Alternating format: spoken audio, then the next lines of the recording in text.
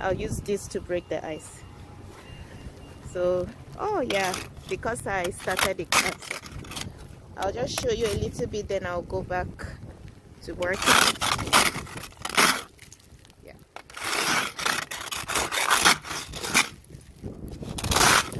So that's how, because I started the car for like 5 minutes, I'm able to break the ice a little bit. So